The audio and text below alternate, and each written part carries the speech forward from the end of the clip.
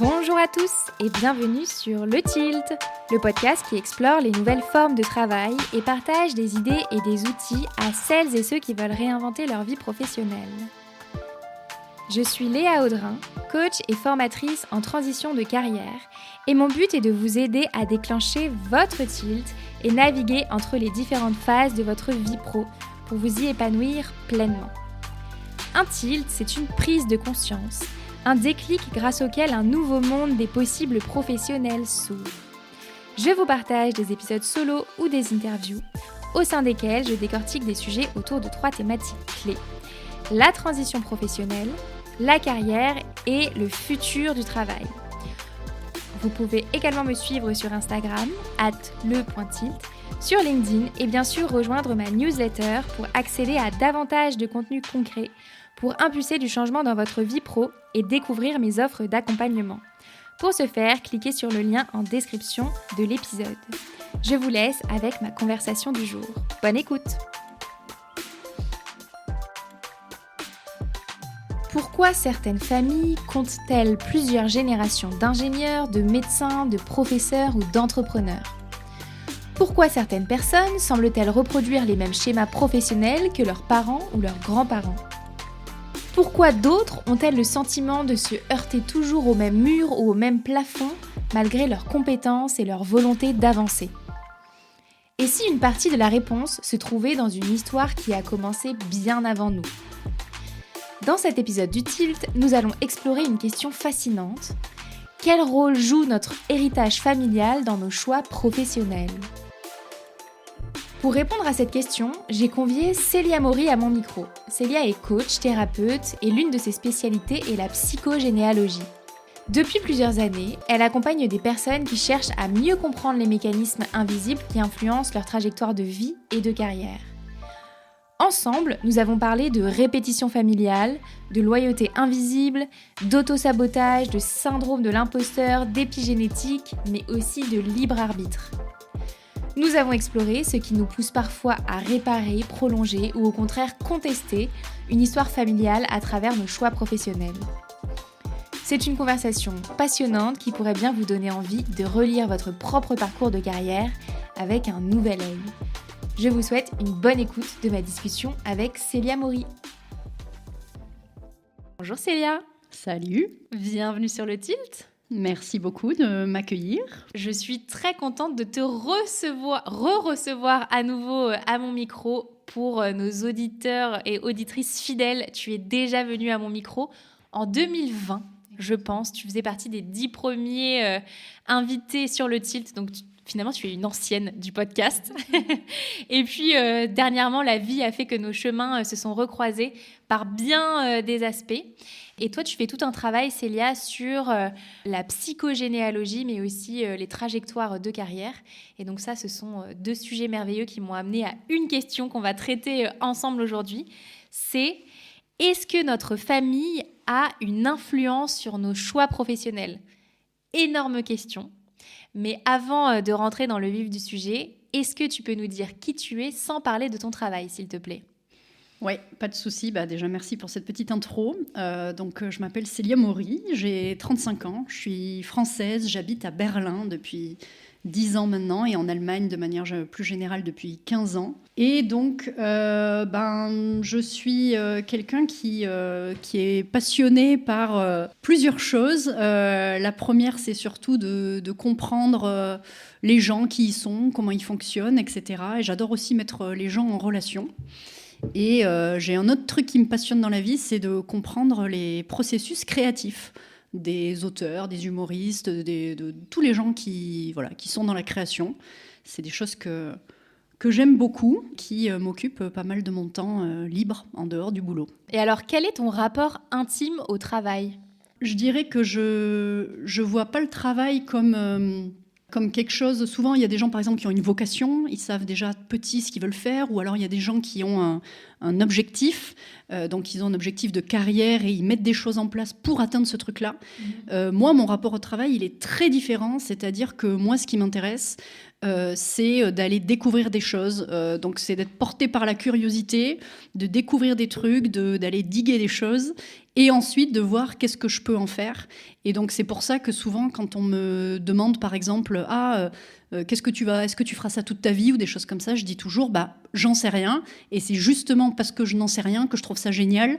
Et ensuite de pouvoir aussi dire si on m'avait dit il y a quelques années que j'allais faire telle ou telle formation, je l'aurais pas forcément cru. Donc pour moi, mon rapport au travail, c'est le même rapport que j'entretiens avec la vie, finalement. C'est que j'ai pas vraiment de plan de base et je regarde un peu ce qui se passe, ce qui m'appelle, les rencontres que je fais.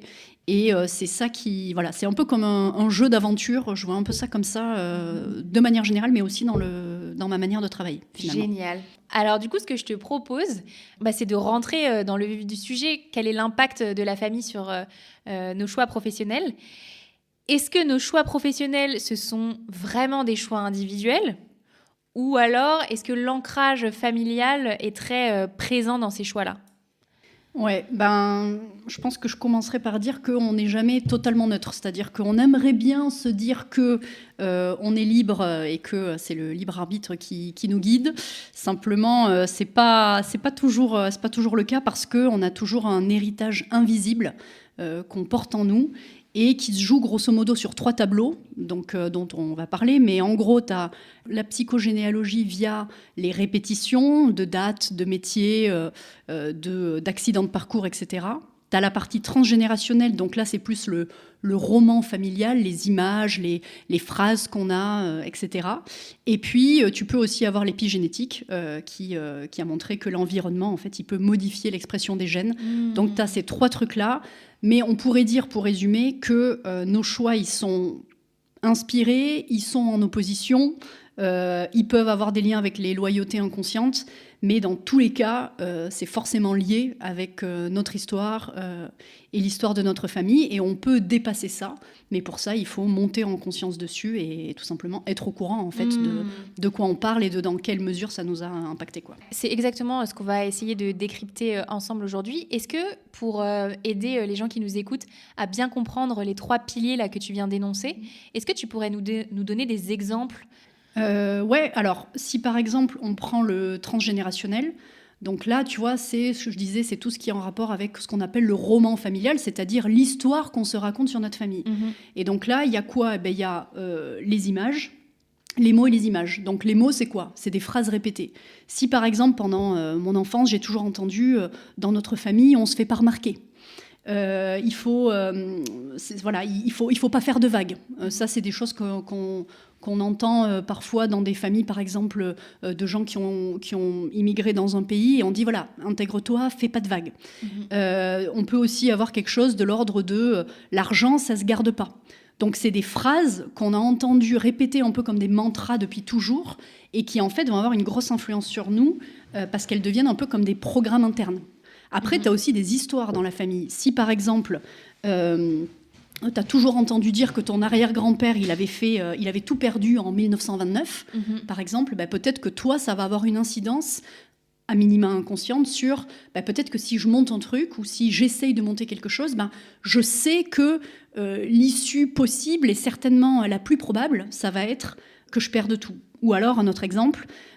si ta tante a monté une entreprise et que ça a détruit sa famille et qu'on te dit ah oui, la tante Ursule, avec son business, ça a détruit toute sa famille.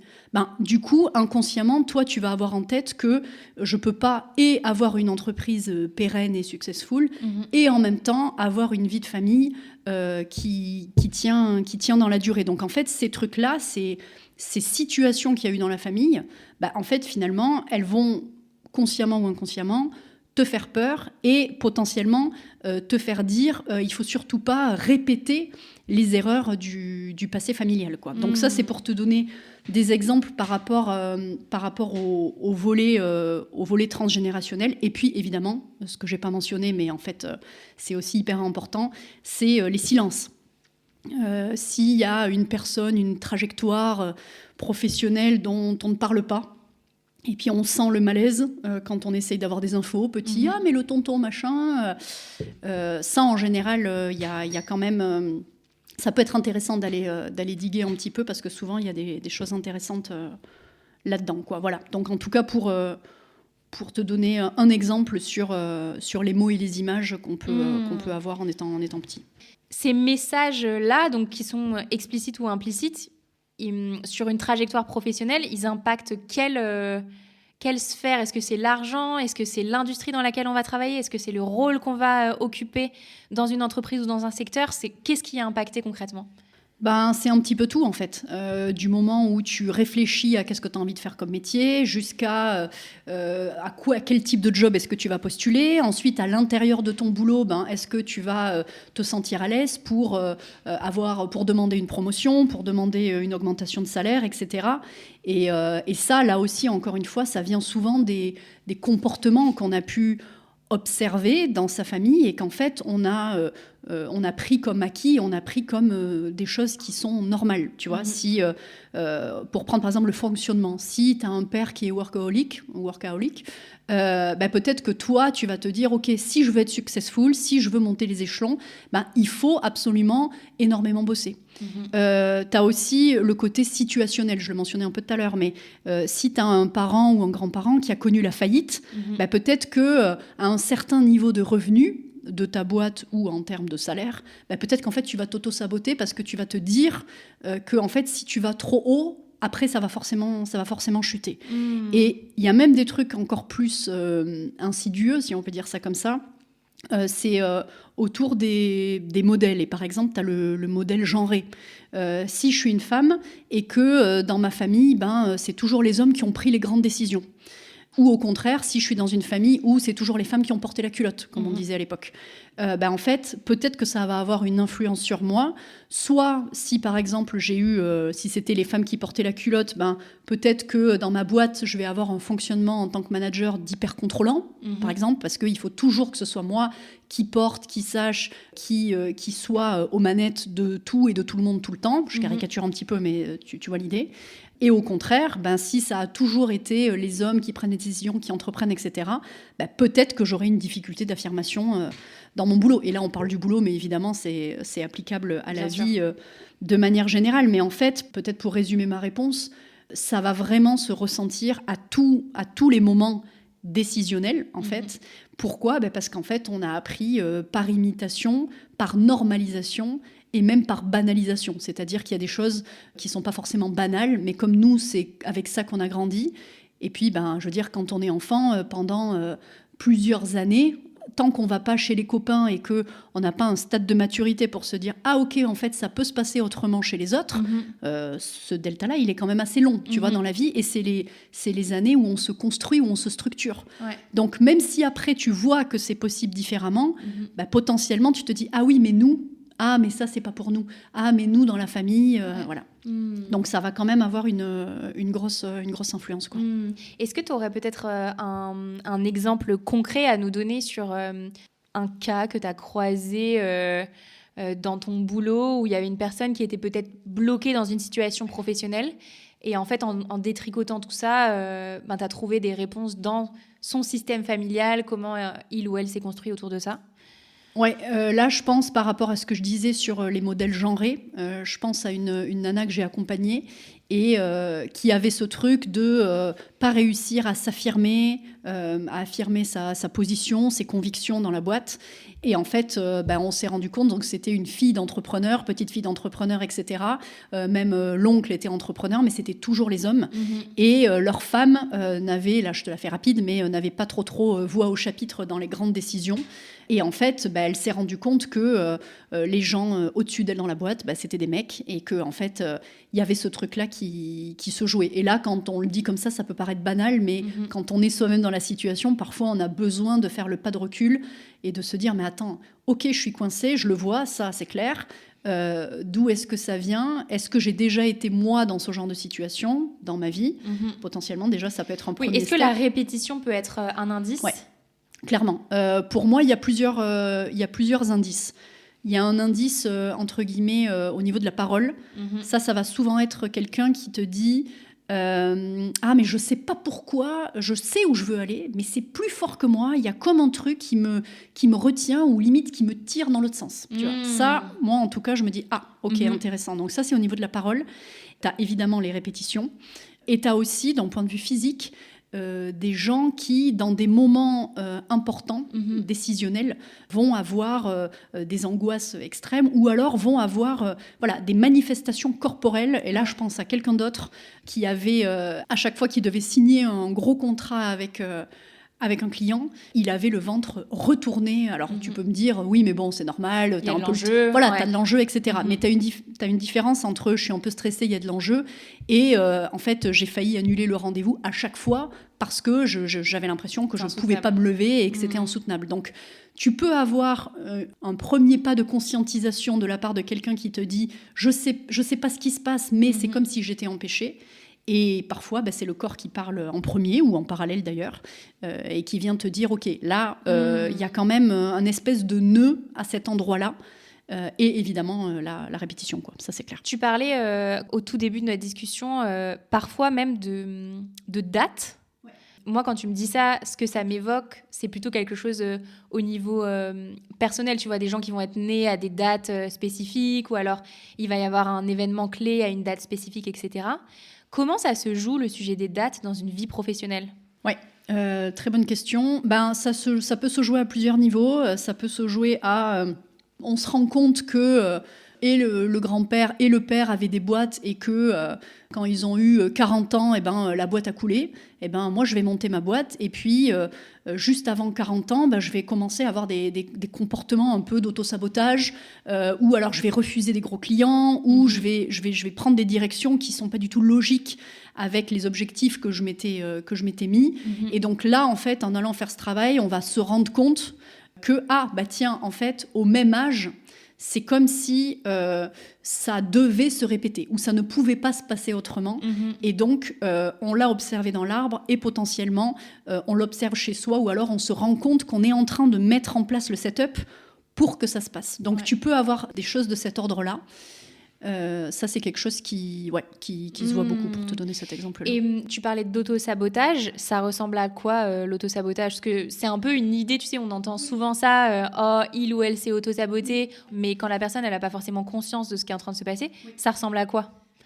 Tu vois, pour reprendre l'exemple que je te donnais, ça va être, je m'étais fixé un objectif de, je sais pas, je dis n'importe quoi, 1 million de CA pour la fin de l'année. On est au mois de septembre, j'ai fait 300 000 sur 1 million, et là, on me propose un contrat à 700 000 qui m'amènerait pile poil à mon objectif. Ouais. Et là, en fait, je vais donc saboter le truc, c'est-à-dire je vais en fait me trouver des espèces d'excuses qui n'en sont pas, que j'aurais jamais pris en compte sur d'autres clients à d'autres moments, etc. Ou alors, en fait, je vais me péter la jambe comme par hasard pendant mes vacances juste avant, et je vais pas pouvoir aller chez le client faire la mission. Ou alors, je vais me dire non, mais ce client, en fait, je veux pas bosser avec lui parce que ceci, cela. Encore une fois, ça peut arriver, mais sur des critères qui avant n'auraient jamais attiré mon attention ou n'existaient pas entre guillemets. Donc c'est ça, s'auto-saboter, c'est dilapider l'opportunité qui te permettrait normalement d'arriver à ton objectif. Et donc de tout faire pour que ça n'arrive pas. Et évidemment, souvent, c'est inconscient, et c'est notre mental qui trouve des espèces d'excuses. Mais ça peut même être sur le plan physique. Notamment, je me suis pété la jambe alors qu'en fait, j'ai un job où je dois aller chez le client en présentiel. Et du coup, mince, en fait, je peux pas. Ouais, mais parce qu'en fait, je pouvais pas faire 1 million parce que dans ma famille, on fait pas plus d'1 million, ou parce que mon père, mon grand-père... ont cassé leur boîte à cet âge-là, et donc en fait ouais. Mais c'est hyper intéressant parce que vraiment la part de l'inconscient là-dedans, elle est énorme. Dans tout ce que tu as dit, il y a 2 choses qui retiennent mon attention. Tu as parlé d'arbre. Est-ce que tu peux nous expliciter ce que c'est l'arbre ? Et puis ensuite, tu parles de travail. Ça veut dire quoi, travailler sur ces sujets-là ? Alors l'arbre, c'est l'arbre généalogique. Tout simplement, donc ça veut dire moi, ma famille, elle est constituée de qui ? Mes parents, mes oncles et tantes, mes grands-parents, les frères et sœurs de mes grands-parents, les arrière-grands-parents. En général, on travaille jusqu'aux arrière-grands-parents parce que l'épigénétique a montré que quand il y avait un traumatisme qui se passait à l'instant T, ça pouvait avoir des conséquences jusqu'à 4 générations en dessous. Okay. Et l'exemple que j'aime bien donner, c'est que souvent, on ne sait même pas comment nos arrière-grands-parents s'appelaient, leur prénom. Je te parle même pas de quelle a été leur vie, mais souvent on ne connaît même pas leur prénom, alors qu'en fait, on aurait tout intérêt à connaître leur prénom et un petit peu leur vie, parce que potentiellement, on s'est récupéré au bout de l'entonnoir des trucs qui sont en lien avec eux. C'est quoi l'épigénétique? Quand tu dis on s'est récupéré, ça veut dire quoi concrètement? Ça veut dire qu'en fait, l'environnement, donc ça peut être un traumatisme, un stress intense, il y a eu des études qui ont été faites après des famines ou des guerres, ça va en fait modifier l'expression des gènes. Donc c'est-à-dire que les gènes, ils ne bougent pas, mais l'expression de ces gènes-là va être modifiée. Donc c'est un petit peu comme si c'était une partition de musique. Et au début, tu as le premier chef d'orchestre qui va faire son interprétation. Et puis 4 générations après, tu as le nouveau chef d'orchestre qui va faire sa nouvelle interprétation. Mais pour le dire d'une autre manière, en fait, c'est tout simplement de l'adaptation à l'environnement. C'est-à-dire que si tu vis quelque chose... Enfin, l'exil, par exemple, qui est un traumatisme, peut-être que quelques générations plus tard, la personne ne va pas vouloir partir de chez elle, même si c'est juste pour faire un Erasmus, par exemple, parce qu'elle a ancré en elle que partir, c'est dangereux, qu'on peut mourir et qu'il vaut mieux pas. Donc en fait, c'est quelque part de l'adaptation génétique qui est logique et qui a été montrée. Donc c'est ça qu'on appelle l'arbre généalogique, et pourquoi est-ce que ça a un impact sur les différentes générations. Et ensuite, pour revenir à ta question de comment est-ce qu'on travaille dessus, il y a plusieurs étapes.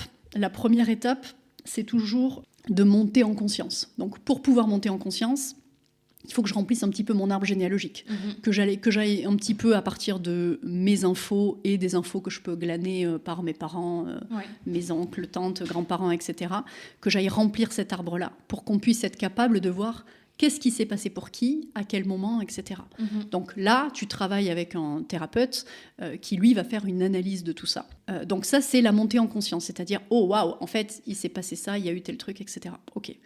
Ensuite... ce qui va être intéressant, c'est de pouvoir en parler, de pouvoir aller décortiquer, de dire « Ah, mais ce truc-là qui est ressorti, mais c'est vrai que maintenant que j'y pense, je me rends compte que ça a aussi une incidence sur tel autre truc, et puis avec mon mec, en fait, aussi, ça fait écho, etc. » Donc, on va tirer tous les fils qui sont en lien avec ça. Parfois, c'est suffisant. Et même de toute façon, de manière générale dans la vie, parfois, quand tu captes un truc, quand tu deviens conscient de quelque chose, c'est suffisant pour switcher. Quand c'est le cas, tant mieux. Si c'est pas le cas, là, ça peut être intéressant d'aller faire un travail de libération symbolique. Parce qu'en fait, j'aime bien cette expression de dire « on n'a pas un flingue sur la tempe ». En fait, c'est symbolique. Donc, si je suis prisonnier au niveau symbolique, en fait, je vais peut-être pouvoir faire un travail de libération symbolique. Donc, ça peut passer par l'écriture, ça peut passer par un voyage initiatique à tel endroit où il s'est passé telle chose. Ça peut prendre plein de formes différentes, mais c'est symbolique. Et en fait... encore une fois, certaines personnes en ont plus besoin que d'autres, certaines situations le demandent plus que d'autres, mais le tout, c'est de voir, est-ce que monter en conscience, ça me suffit? Est-ce qu'en parler, décortiquer, ça me suffit? Et sinon, je peux rajouter une couche, quelque part, de libération. C'est Bruno Clavier qui a beaucoup travaillé sur ce sujet, qui parlait de ces 3 phases de la libération. Et comment on fait quand on a peu d'informations ? Oui, alors ça, c'est une question qu'on me pose toujours. Quand on a peu d'informations, alors il y a 2 choses. Premièrement, évidemment que plus on a d'infos, plus on a du matos, plus on peut bosser. Ça, c'est clair. Si on a 0 info, c'est compliqué, je ne vais pas te le cacher. Par contre, souvent, ce qui se passe, c'est pas qu'on a 0 info. C'est qu'en fait, il y a certains moments, certaines situations, certaines personnes pour lesquelles on n'a pas d'infos. Et quand tu pars de tes souvenirs, qu'ensuite t'en parles avec ta mère, qu'elle te dit « Ah, mais appelle ta grande-tante, etc. » Et qu'on te parle de Michel, mais Michel, bizarrement, personne ne sait vraiment exactement ce qu'il faisait ou s'il était vraiment en couple ou pas. On n'a jamais compris ce qu'il faisait comme boulot. Il vivait tout seul, machin. Jamais personne n'allait le voir, donc on ne sait pas trop pourquoi, mais il y a un truc avec Michel. Là, c'est une info. Et là, le fait de ne pas avoir d'informations spécifiquement sur lui, ça donne, en tout cas, à minima, une information de flou. Voilà, donc après, à voir comment on travaille là-dessus. Mais moi, ce que je dis toujours, évidemment, c'est plus on a d'infos, plus on a de matos et plus on peut bosser, ça c'est sûr. Ça m'évoque évidemment le livre de Adèle Lyon. Mon vrai nom est Elisabeth. Alors là, pour le coup, ça parle pas forcément de manière très focus du professionnel, du travail. Mais en fait, ce que tu dis là, le travail qu'a fait Adèle Lyon sur sa famille et la trajectoire de son arrière-grand-mère, du coup, je crois. En fait, c'est un chemin de recherche d'information. Ouais, Et c'est un très bon exemple. Il y a à la fois le chemin d'enquête, entre guillemets. Donc là, on est sur la partie psychogénéalogie de qu'est-ce qui s'est passé, à quel moment, pour qui était au courant, quel impact ça a eu, est-ce qu'il y a eu des répétitions, etc.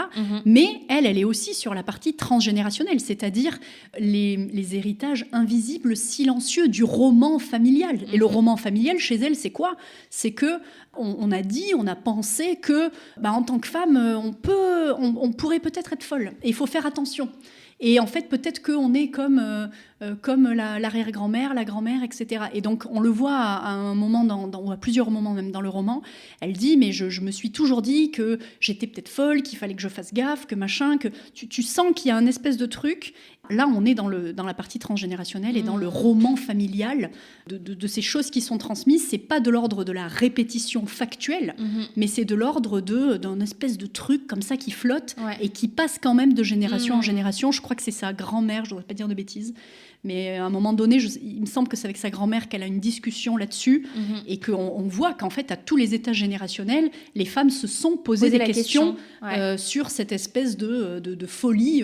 Aux alentours de 30 ans d'ailleurs, je crois qu'elle je crois qu'elle le date. Oui, exactement, voilà. Et donc là aussi, tu me demandais tout à l'heure par rapport aux dates. Effectivement, c'est un très bon exemple qui n'est pas du milieu professionnel, mais tu te dis, c'est quand même fou que toutes les femmes de la famille, à leurs 30 ans, alors qu'il n'y a pas d'explication rationnelle, mais à chaque fois, il y a ce questionnement-là. Et là, on est vraiment sur la partie héritage invisible, parce que c'est le mythe familial, quoi. En préparant notre discussion, Célia, je me suis interrogée sur quelle forme ça pouvait prendre de respecter un roman familial, des loyautés familiales, etc. Et j'en ai ressorti 3 verbes où je me suis dit, peut-être que dans nos trajectoires professionnelles, on peut choisir un métier, une industrie, un rôle, une posture pour réparer, pour prolonger, pour s'opposer. Est-ce que tu peux nous aiguiller peut-être sur les rôles qu'on peut occuper dans le roman familial ? Et puis ça se trouve, il y a plein d'autres verbes que je n'ai pas identifiés et sur lesquels tu peux nous aider à mieux travailler. Oui. Alors, figure-toi que ces verbes, je pense que tu as bien compris l'essence du truc, parce que, après, c'est aussi ton domaine dans la partie professionnelle, mais c'est vraiment les 3 verbes. On peut les décliner ensemble, mais réparer, ça peut vouloir dire plusieurs choses. Donc, comment est-ce que je vais prendre ma place ? En répondant inconsciemment à une dynamique familiale.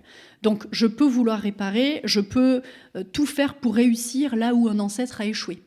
J'ai mon arrière-grand-père qui a tout perdu en 29, je vais essayer de réparer ce truc-là et moi de monter une boîte pérenne.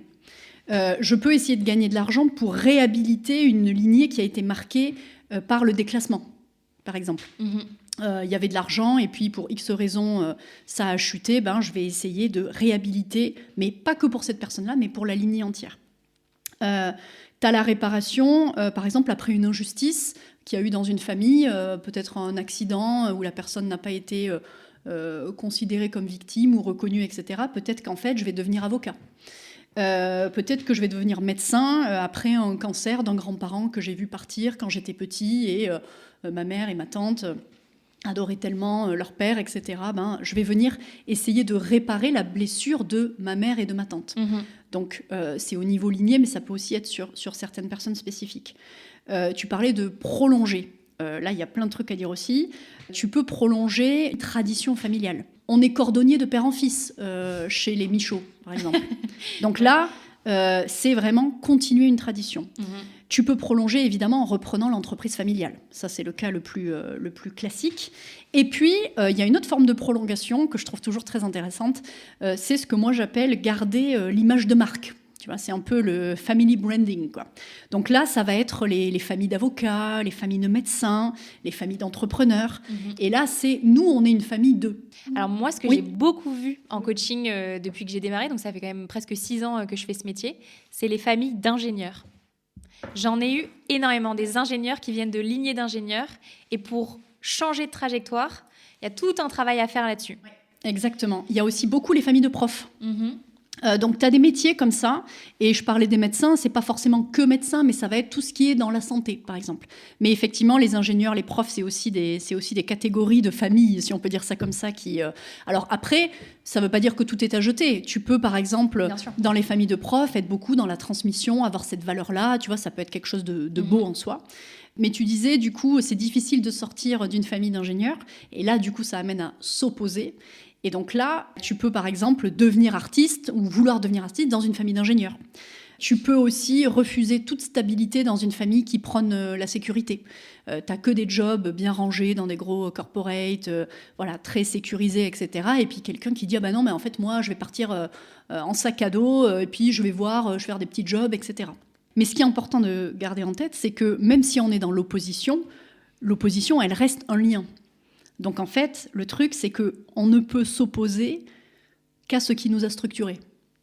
Donc ce qui est intéressant de voir, c'est que qu'on soit dans la réparation, le prolongement ou l'opposition, on voit qu'on se construit quand même, et c'est normal, mais on se construit quand même par rapport à ce lien de structuration. Et donc, encore une fois, c'est pas grave en soi, mais c'est important de monter en conscience là-dessus pour faire des choix qui sont éclairés et qui sont pas hérité et inconscient. Tout à l'heure, tu as évoqué la notion de loyauté familiale. Qu'est-ce que c'est une loyauté familiale et comment ça s'ancre dans le champ professionnel ? Les loyautés familiales, déjà, c'est un attachement, souvent inconscient, au destin de la famille. Donc, je vais répéter des schémas potentiellement pour rester fidèle et loyal à ma famille.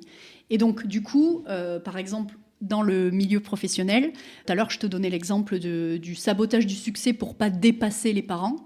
Tu as beaucoup ça, je trouve. Moi, je l'ai vu en accompagnement pas mal sur des gens qui ont monté des boîtes, mais qui viennent pas du sérail, entre guillemets, comme je le dis souvent, et qui en fait se retrouvent dans la situation où ils ont des jobs à 25 ans, ou en tout cas en montant leur boîte jeune, où en fait ils dépassent le salaire de leurs parents en fin de carrière. Et ça, c'est un gros choc, déjà parce qu'ils se rendent compte du coup des salaires qu'ont pu avoir les parents dans les 30 années précédentes, etc. Et il y a aussi souvent un gros sentiment un sentiment d'imposture, de se sentir illégitime, de dire attends, moi je sors d'école quasiment, ok, je monte ma boîte, mais en fait, qui suis-je pour gagner déjà 2-3 fois plus que mes parents. Mais ce que tu dis là, je trouve que c'est aussi à la croisée d'autres champs d'expertise, tu vois. Quand tu parles de tout ça, ça me fait aussi penser à la BD La Distinction de Tiphaine Rivière, qui nous a fait le grand plaisir de détricoter le travail de Bourdieu pour nous. On la remercie. Mais elle explore ça sous le prisme de la sociologie. Et effectivement, elle dit que en fonction de ta position dans la société, il va y avoir des choses qui vont se répéter. Il peut y avoir aussi, dans une même catégorie sociale, différents rôles qui vont s'incarner différemment. Donc ça m'évoque ça. Et j'avais une autre idée. C'est le champ économique, tu vois, parce que ce que tu dis sur les salaires, ça c'est aussi un élément que j'ai beaucoup vu en coaching. Mais de quoi on parle en fait ? On parle de quelle période, dans quel contexte ? Oui, peut-être que le salaire numéro 1, il est plus élevé que le salaire de fin de carrière, mais comment se construit la vie ? Quel est le coût de la vie ? Quelles sont les options qui viennent avec ça ? Bien sûr, mais souvent, au moment où ça arrive, ça fait comme un bug dans la tête des gens. Après, effectivement, tu as le travail avec un coach, un thérapeute d'aller détricoter, mais sur le moment, ça peut être même vertigineux pour certaines personnes, et ça peut vraiment bloquer, soit, encore une fois, dans ensuite la négociation pour avoir un salaire encore plus haut ou pour avoir une boîte encore plus successful, aller lever encore plus d'argent. Et ça peut aussi bloquer dans les relations familiales. Parce que souvent, ces gens-là, ils vont rentrer chez eux et ils vont peut-être sentir le décalage ou ne pas oser parler de ça pour ne pas... là, on rentre aussi sur tout ce qui est transfuge de classe et compagnie, mais qui est un sujet passionnant. J'en ai plein à la bibliothèque. C'est aussi un vrai sujet de dire, OK, si je ne suis pas loyale à ma famille... Qu'est-ce qui va se passer pour moi ? Est-ce que du coup, et là pareil, souvent c'est inconscient, mais du coup je vais être rejetée. Je vais être rejetée du clan en fait potentiellement. Donc qu'est-ce que j'adopte comme comportement avec ma famille à ce moment-là ? qu'est-ce que j'ai droit de faire ou pas pour ne pas être rejetée. Et donc, c'est à la fois des éléments de coaching, de qu'est-ce que je peux mettre en place ou pas, mais en même temps, d'aller regarder, en fait, cette situation-là, qu'est-ce qu'elle nous dit, de quelle loyauté exactement on parle, est-ce qu'en fait, c'est un truc qui t'appartient à toi, ou est-ce que c'est quelque chose qui appartient un peu plus haut, quoi. On parlait tout à l'heure du travail à faire quand on se rend compte ou alors qu'on a envie de progresser, d'avancer dans nos trajectoires avec le plus de libre arbitre possible, finalement. Donc, tu disais, il y a un travail sur l'arbre qui est à faire, des informations sur tout ça. Est-ce qu'il y a d'autres étapes de travail ? Je l'ai un peu mentionné tout à l'heure, mais il y a déjà, aller cartographier l'histoire familiale. La deuxième étape, c'est nommer la loyauté. C'est-à-dire être capable de dire, je réussis moins dans ma vie pour rester fidèle, par exemple. Ou alors, je travaille trop, mais c'est quelque part pour réparer. Et puis ensuite, donc, aller tirer tous les fils, comme je te disais. Et puis, ce qui fait aussi partie du chemin, c'est redonner la responsabilité, finalement. C'est-à-dire à celui à qui ça appartient, en fait. Et je peux honorer mes ancêtres sans forcément être obligatoirement dans la répétition. Et ça paraît un peu banal dit comme ça, mais souvent, au moment où ça arrive, ça fait quand même du bien à entendre.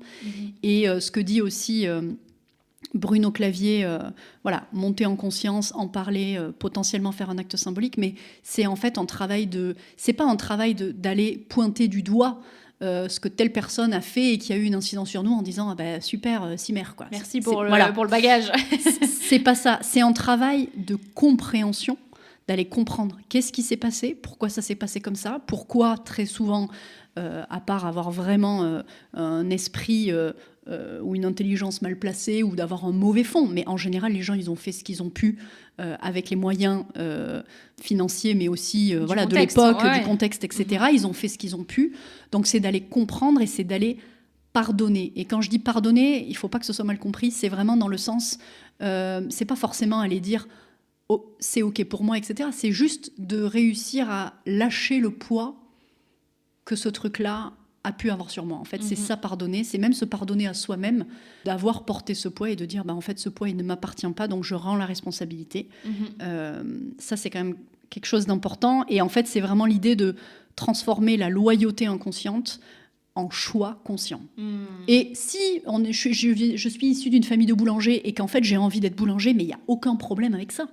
Il y a aucun souci. Mais c'est fait en conscience. C'est fait en conscience et c'est pas fait parce qu'il faut, parce que j'ai pas le choix, parce que nous, on n'a pas le droit à autre chose, tu vois. Et puis, je sais pas, il y a un autre verbe qui me vient quand tu dis ça. Je me dis, il y a peut-être aussi quelque chose de l'ordre de honorer, tu vois.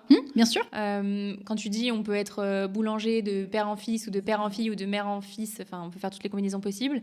Et qu'en fait, on a compris et qu'on n'est plus dans l'injonction de devoir faire. Est-ce qu'en fait, il n'y a pas aussi un sens à se dire, je remanie ma posture dans la fonction ou dans l'industrie pour en faire quelque chose qui fait sens pour moi, en fait. Et ça rejoint un petit peu la notion d'héritage structurant, héritage limitant, tu vois. C'est que effectivement, tu as des trucs qui peuvent te servir aussi dans des familles, tu vois, le sens du travail, la persévérance, le courage, la résilience. C'est des trucs, le sens des responsabilités, si tu l'as vu, ça va t'aider dans ta vie. Par contre, la peur chronique de la visibilité, le sabotage financier, l'épuisement permanent que j'ai vu dans ma famille d'entrepreneurs, etc., la difficulté à déléguer, tout ça, ça peut être, là, pour le coup, hyper limitant. En fait, de savoir si tu es sur un héritage structurant ou limitant, là, en vrai, tu as juste à te poser la question, est-ce que ça m'aide ou est-ce que ça me bloque, est-ce que ça m'empêche de... Voilà. Et si tu as un truc qui t'empêche de... Ok, là, tu te dis, tiens, je monte en conscience là-dessus, et ce truc-là, en fait, d'où est-ce que ça vient, etc. etc. quoi. Mais là, sur cette notion-là d'héritage structurant versus héritage limitant, je trouve que des fois, ça peut aussi être dur de savoir quel est le côté de la pièce. Bien sûr. Parce qu'en fait, tu peux avoir un élément qui est à la fois hyper porteur et en même temps qui est celui qui te retient par certains aspects. Oui, c'est très juste. Et là, j'aurais tendance à répondre, en fait, quand tu fais un accompagnement sur un sujet, tu viens en général quand même avec un sujet. Donc en fait, peut-être que ce truc-là, il a pu être limitant à un moment donné, mais qu'aujourd'hui, il m'aide. Ou inversement. Donc en fait, il faut aussi prendre... Il y a la big picture, mais il faut aussi prendre l'instant T et de dire, là, aujourd'hui, dans ma situation, est-ce que ça m'aide ou est-ce que ça m'aide pas Et si, oui, ça m'aide un peu, mais en même temps, machin, de dire, OK, en fait, est-ce que je peux un petit peu combiner les deux ? C'est-à-dire, oui, la persévérance, ça m'aide à continuer ma boîte, mais par contre, ça fait 3 ans que je suis à zéro, donc est-ce qu'à un moment donné, il faudrait peut-être pas mieux arrêter ? Tu vois ? Donc, c'est de faire un petit peu la nuance, quoi. Ouais, la nuance. Mais souvent, effectivement, c'est un peu les deux faces d'une même pièce. C'est souvent des moments différents dans la vie ou des situations différentes qui font que ça va être plus positif ou négatif. Et c'est important de prendre l'instant T, quoi. Avant de te poser ma dernière question, je voudrais te demander si tu as des exemples potentiellement où tu peux nous parler de tout le processus, tu vois, de la recherche d'informations, qu'est-ce qui a été trouvé, et puis ensuite, c'est quoi finalement la nouvelle réalité, qu'est-ce qu'on peut obtenir aussi dans cette libération, comment on se sent, quoi. Ouais, là je vais te donner un exemple de quelqu'un que j'ai accompagné l'année dernière, qui est un entrepreneur. Et qui, grosso modo, arrive en me disant, alors je reprends son terme, j'arrive pas à tenir mon équipe. Donc je lui dis, OK, déjà, qu'est-ce que ça veut dire, j'arrive pas à tenir mon équipe ? En fait, j'arrive pas à dire non quand j'ai envie de dire non, je vais pas au conflit quand il y a des discussions qui sont à mener et qui vont être désagréables.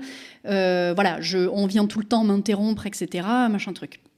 À partir de là, tu peux travailler sur qu'est-ce que je mets en place pour réussir à dire non, qu'est-ce que je mets en place pour avoir des process plus intéressants, donc la partie coaching. OK. Par contre, on a un peu détricoté dans l'autre sens, c'est-à-dire d'aller essayer de comprendre pourquoi est-ce qu'il avait du mal à tenir ses équipes, pour reprendre son expression, on pourrait discuter de la manière dont il l'a formulé, mais c'est pas le sujet. Enfin, quoique c'était une partie du sujet, mais en tout cas, c'est pas là que je vais aller. Donc, pourquoi est-ce qu'il avait ce problème-là ? Donc, du coup, je lui ai dit, si tu dis non à ton équipe, ou si tu vas au conflit, qu'est-ce qui va se passer ? Ça va mal se passer, ils vont me détester. Je dis, OK, et si il se passe ça, ça fait quoi ? Il me dit, de toute façon, c'est simple, ils vont se rendre compte qu'en fait, j'ai rien à faire là. Je lui dis, OK. Et je lui dis, qu'est-ce qui te fait dire que tu n'as rien à faire là ? Et il me dit, ça, je sais très bien, hein, c'est simple. Déjà, quand j'étais petit, mes parents, ils me disaient toujours, non, mais faire S, c'est pour les gens intelligents, tu vas pas y arriver. Non, mais faire prépa, c'est pas pour nous, tu vas pas y arriver. Non, mais machin, etc. Il me dit, après, je suis devenu ingénieur. J'ai pas fait de business school. Donc, normalement, je devrais pas être en train d'avoir une boîte. Et puis en plus, après, cette boîte, je ne l'ai pas trouvée sous mon chapeau, mais j'ai participé à un incubateur où on m'a proposé, grosso modo, à émerger cette idée-là. Et donc du coup, qui suis-je pour l'incarner, alors qu'en fait, je ne l'ai pas vraiment vécue et qu'elle ne me concerne pas ? Donc je lui dis, OK, donc on est allé travailler un petit peu là-dessus. Et donc sont ressortis syndrome de l'imposteur, j'ai toujours eu besoin de prouver, etc. Et à un moment donné dans la conversation, on arrive sur le mot donc de se sentir illégitime. Et là, il me dit, mais c'est marrant que tu dises illégitime. Alors en général, quand la phrase commence par c'est marrant que tu dises ça, souvent il y a un truc très intéressant qui va sortir juste après. Et donc il me dit, c'est marrant que tu parles d'être illégitime, parce qu'en fait, tu vois, moi, mon histoire, c'est que quand mes parents se sont rencontrés, tout de suite, ils ont voulu ils se sont rencontrés. En fait, ma mère est tombée enceinte tout de suite. Et c'était trop tôt pour eux, donc elle a avorté. Et ensuite, pendant 10 ans, ils n'ont pas réussi à faire un enfant. Et ils ont essayé. Et moi, je suis arrivée au bout de 10 ans. Et il dit, d'ailleurs, c'est marrant, parce qu'en fait, tu vois, mon père, lui-même, il était enfant illégitime. C'est-à-dire qu'en fait, son père était marié et avait eu un enfant avec une autre femme. Et il me dit, et maintenant qu'on parle de ça, tiens, ça m'y fait penser d'un coup, mon grand-père, il a été abandonné. Et donc là, en fait, on n'a pas eu besoin d'aller faire le livre des contes familiaux avec tout l'arbre généalogique. En fait, lui-même, en partant d'une situation très factuelle, professionnelle, et ne serait-ce qu'en entendant un mot, il y a eu une cascade de choses qui lui sont revenues, qui étaient éminemment pertinentes et qui parlaient de lui, donc de son arrivée sur Terre, entre guillemets, mais aussi de son père et de son grand-père. Et en fait, on s'est rendu compte, du coup, dans cette conversation, qu'il portait en lui l'illégitimité de ce grand-père qui avait été adopté, donc abandonné avant, de ce père etc., etc. Et donc là, en fait, ce qui s'est passé concrètement, c'est que déjà, cette séance-là, cette séance-là, elle s'est terminée à peu près à ce niveau de la conversation, parce que ça a été une grosse révélation pour lui. Et il m'a dit, mais c'est fou, parce qu'en fait, je le sais. Oui. Mais j'avais jamais mis le truc en perspective. Et là, de parler de ça, waouh. Donc, on parlait de monter en conscience, etc. Mais là, c'était pas dans l'inconscient.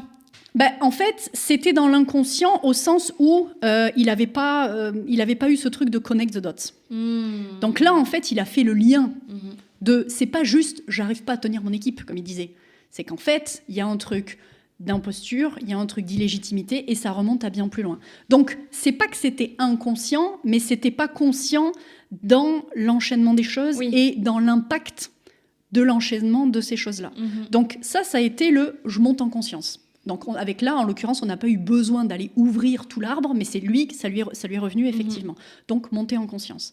Ensuite, la séance d'après, on a détricoté ce truc-là. C'est-à-dire que je lui ai dit, OK, c'est quoi tous les autres moments de ta vie où tu t'es senti comme ça ? Est-ce que par rapport à tes parents, etc. On est allé tirer tous les fils. Et déjà, la semaine d'après, il est revenu en me disant... Ah putain, tu vas pas me croire, mais alors là, je suis trop content parce que dans ma boîte, j'ai réussi à ceci, cela, ceci, cela. Et non, je pouvais pas m'empêcher de lui dire ah tiens, c'est intéressant comme hasard. Est-ce que le ah tu vas pas me croire, c'est le ah c'est marrant que tu dises ça, mais de la deuxième étape. Exactement. C'était tu vas pas me croire. Je dis ah bah tu sais, je te crois. Il me dit non mais c'est quand même fou. Je dis bah oui c'est fou parce que c'est vrai qu'il y a rien qui est sorti la semaine dernière qui a pu faire switcher tes trucs. Donc ça a été l'étape 2 d'aller décortiquer. Donc déjà, tu vois que ça libère parce qu'il y a des choses qui se passent différemment dans la matière à partir de ce moment-là. Et on est quand même allé faire un travail supplémentaire au niveau... Là, en l'occurrence, c'était pas vraiment symbolique, c'était plus énergétique. Ou en tout cas, parfois, on comprend des choses, mais on a besoin de les intégrer. Ça a besoin de descendre. Parfois, ça peut prendre du temps et parfois, ça a besoin un petit peu d'aide, quoi.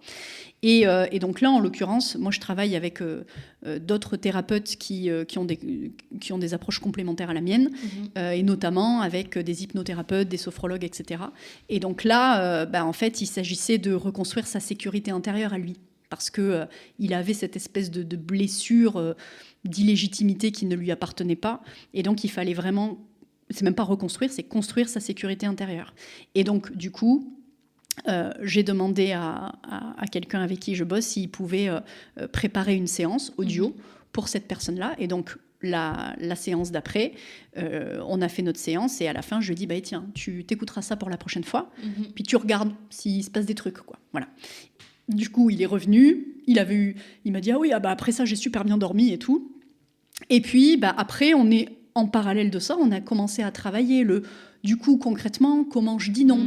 Du coup, concrètement, quel process je peux mettre en place ? Du coup, concrètement, ceci, cela. Et donc, en fait, ça a permis d'avoir un travail global sur comment je règle mon problème, qui est ce qui m'anime et la raison pour laquelle je suis venue te voir. Et en même temps, on a réglé le pourquoi du comment, qui fait que dans 6 mois, même s'il a réglé le dire non à son équipe, il n'aura pas exactement le même problème sur un autre sujet, dans un autre pan de sa vie, etc.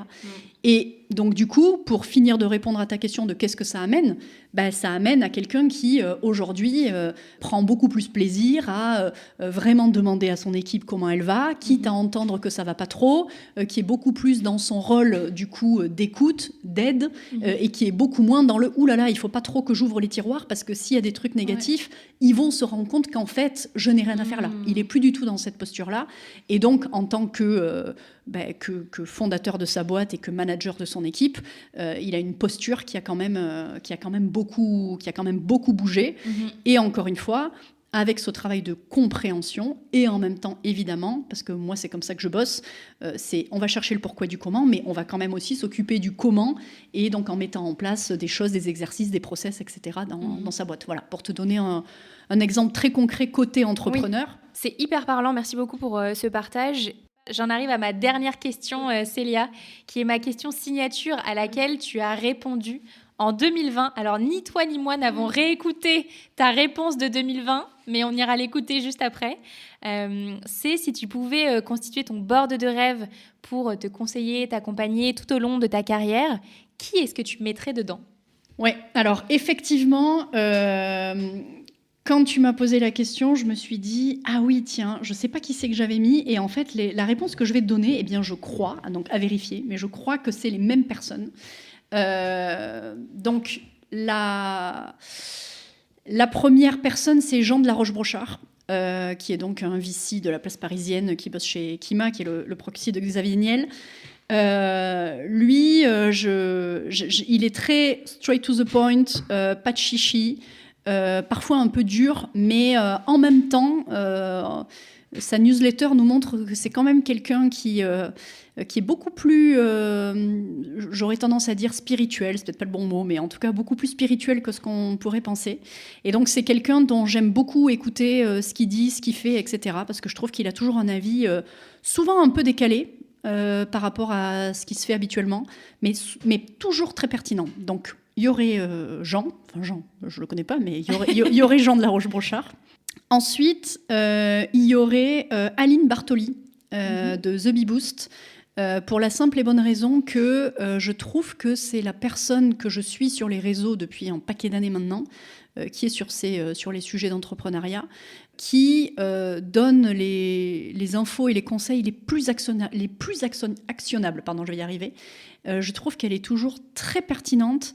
C'est toujours très pragmatique, tu peux le faire tout de suite, tu vois les effets tout de suite. Donc son avis, entre guillemets, m'intéresse beaucoup, que ce soit sur ce qu'elle poste, sur ses podcasts aussi, c'est toujours super intéressant. Donc elle, franchement, j'aimerais bien la voir dans mon board. Et la troisième personne qui n'a rien à voir avec le schmilblick, mais franchement, je crois que j'avais répondu cette personne-là aussi en 2020, c'est Romane Freisinet. Parce que tu avais répondu ça, j'en suis certaine. Ah ouais, mais c'est fort possible, parce que c'est quelqu'un que je trouve absolument extraordinaire, en ce sens que il est à la fois un des humoristes, à mon sens, les plus doués de sa génération, mais là aussi, on retrouve quelqu'un qui à la fois est très pragmatique, trivial sur certains trucs, vulgaire dans sa manière de parler. Bon, moi, ça me dérange pas, j'adore ça, mais et qui en même temps a un côté en lui là aussi très spirituel. Et qui s'en cache pas, et en plus qui le met en avant là d'ailleurs dans son nouveau spectacle qui vient de sortir sur Canal, etc., sans vouloir faire de pub. Et en fait, il a cette espèce de double truc comme ça, d'appartenir à des choses très différentes et d'avoir tout ça en lui. Je le trouve toujours très pertinent, très percutant, et en une phrase, il peut te faire tomber tout un système de croyances, etc. Donc c'est quelqu'un dont, c'est vrai, je ne suis pas très objective parce que je bois un peu ses paroles, mais j'adore ce gars. Et voilà. Et donc il a rien à voir. C'est quand même un businessman d'une certaine manière, évidemment. Et il a des prises de parole qui sont très mesurées. On le voit très peu, mais il fait partie de ces mecs un peu comme Astier, Alexandre Astier. Il parle pas beaucoup, mais quand il parle, c'est toujours masterclass. Mais c'est toujours, c'est toujours. Moi, j'ai toujours cette image de, tu vois, ça explose dans ma tête, quoi. Donc voilà, je suis peut-être pas totalement objective, mais ce trio-là est un trio que j'aimerais beaucoup avoir comme board idéal. Et pour ne rien te cacher et pour terminer de répondre à ta question, j'ai une amie qui est coach d'ailleurs, que j'embrasse, Gloria, qui m'a envoyé récemment un espèce de GPT sur « Fais ton board de rêve ». Ah, c'est vrai ? Et ouais. et donc du coup, en fait, c'était croisé un peu avec ta question. Génial. Mais voilà, et je me suis dit, waouh, mais si, alors évidemment, c'est pas la même chose, on est d'accord, mais comme si tu prends des gens un petit peu, voilà, qui ont beaucoup produit, etc., bah, ça peut être hyper intéressant d'avoir quelque part un espèce de simili de ce board de manière virtuelle. Et donc évidemment, il manque tout l'humain et tout ce qui va avec. Mais voilà, donc ça m'a fait rire et ça m'a fait penser à cette question-là. Voilà. On ira écouter si tu avais répondu ça. Je pense que pour Jean de la Roche-Brochard et Romane Freisinet, oui, j'ai un doute sur Aline Bartoli. Je sais pas. On ira écouter tout ça. Ouais. Célia, un immense merci pour tous tes partages. C'était passionnant. Bon, bah cool, tant mieux. Je mets toutes les infos dans la barre de description pour découvrir ton travail. Ouais. Et je te dis à bientôt. Ça marche. Merci beaucoup pour l'invitation. Merci beaucoup d'avoir écouté cet épisode avec Célia Maury. J'espère que cette discussion vous aura donné envie de regarder votre parcours professionnel sous un angle nouveau et peut-être même de tendre l'oreille aux histoires de carrière qui circulent dans votre famille depuis des générations.